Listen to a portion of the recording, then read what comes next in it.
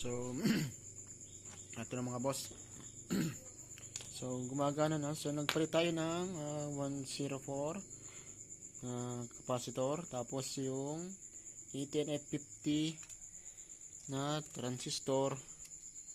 Yung dalawa.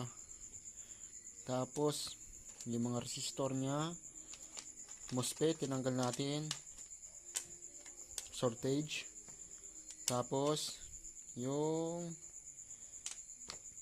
SCR TYN1225, tapos VR 500K, tapos yung induction capacitor.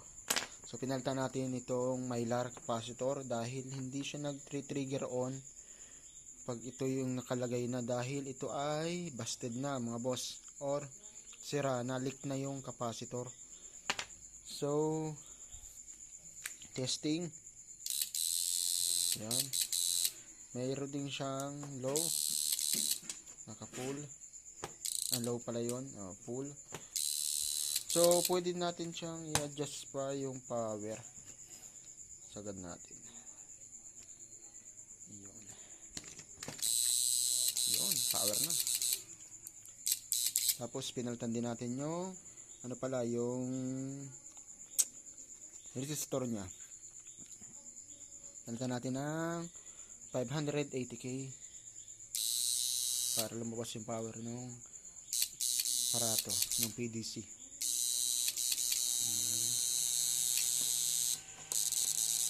Flip-flop.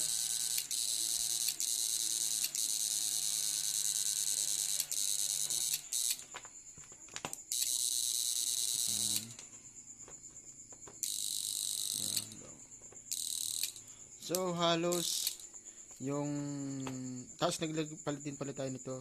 Pinalitan natin ng medyo malaki, 1/2 watts, dahil yung nakalagay lang sa kanya ay 1/4 watts lang.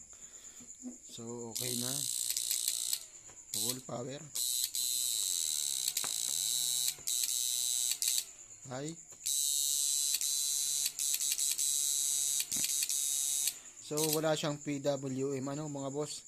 So yung nagdadaan sa kanya ng reverse polarity niya ay yung relay. Ayan.